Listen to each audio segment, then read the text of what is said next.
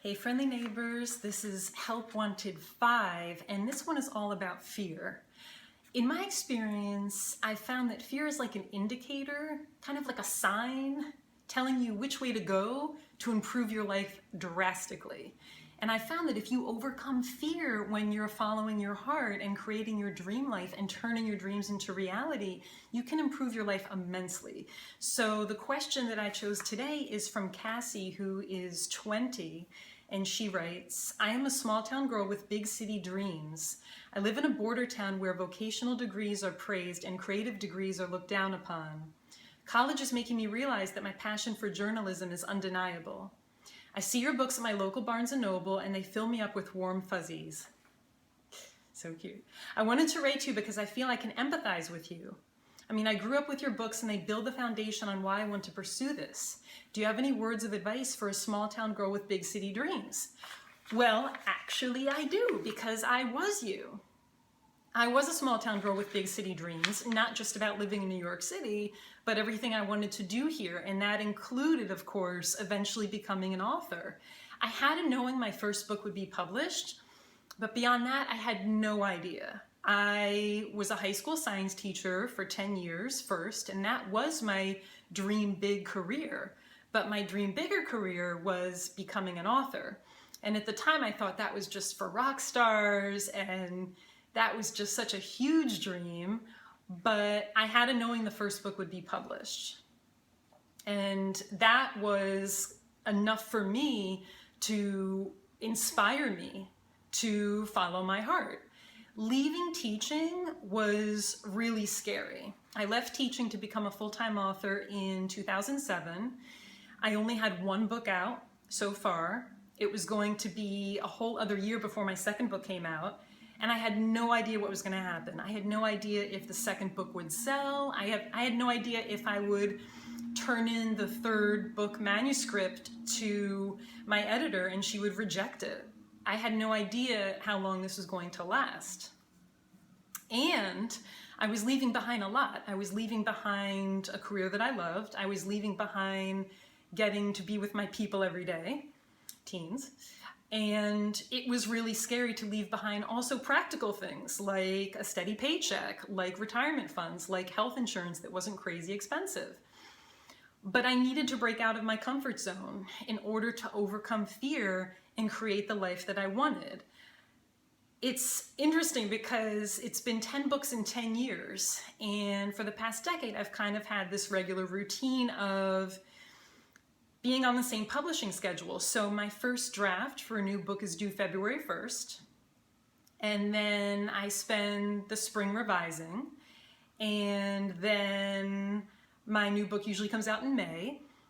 And then I spend the summer writing a 40-page outline, 40 pages for an outline, before I start a new book. And that's how I've been working for the past 10 years, basically.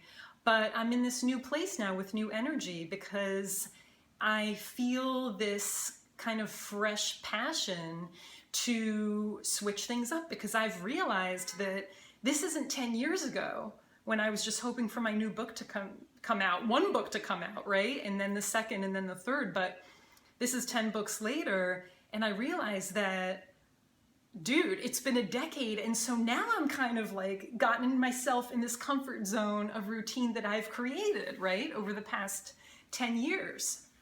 And that means it's time to break out and build something new.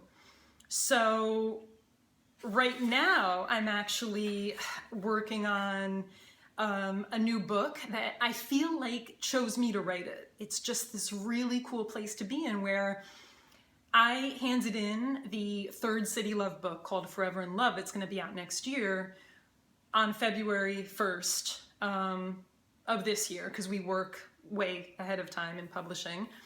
So I handed that in on February 1st. February 2nd, I started writing this new book. I never do that.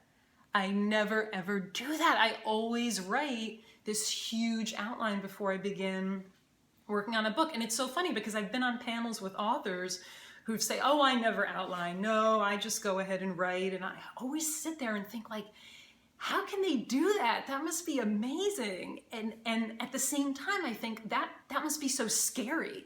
How are they not scared? And now I'm doing it, and I wasn't even planning to do it. Now I'm writing without an outline, and it's not scary. Actually, there's no fear. It's really cool. Behind me on the wall here in my home office are framed Barnes & Noble headers from displays and photos from cover shoots, and these things that maybe, you know, most people, I guess most authors might not put on their wall. But I put these things on my wall because I don't take anything for granted. I appreciate everything I have, and that's so essential in creating your dream life.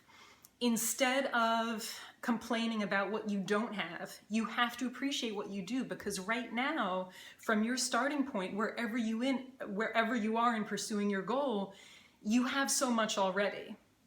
So look around you, appreciate what you have, take nothing for granted, and practice daily gratitude. Practicing daily gratitude is really important in creating your dream life. Positive energy. My last Help Wanted was about the importance of positive energy, not only in creating your own happiness, but in surrounding yourself with positive people and removing negative people from your life as much as you can to actually help you pursue your goals. And that translates also into creating a positive energy environment in your home too, in your room. You want to surround yourself with all shiny, happy things. And that helps you visualize your goal and work towards your goal.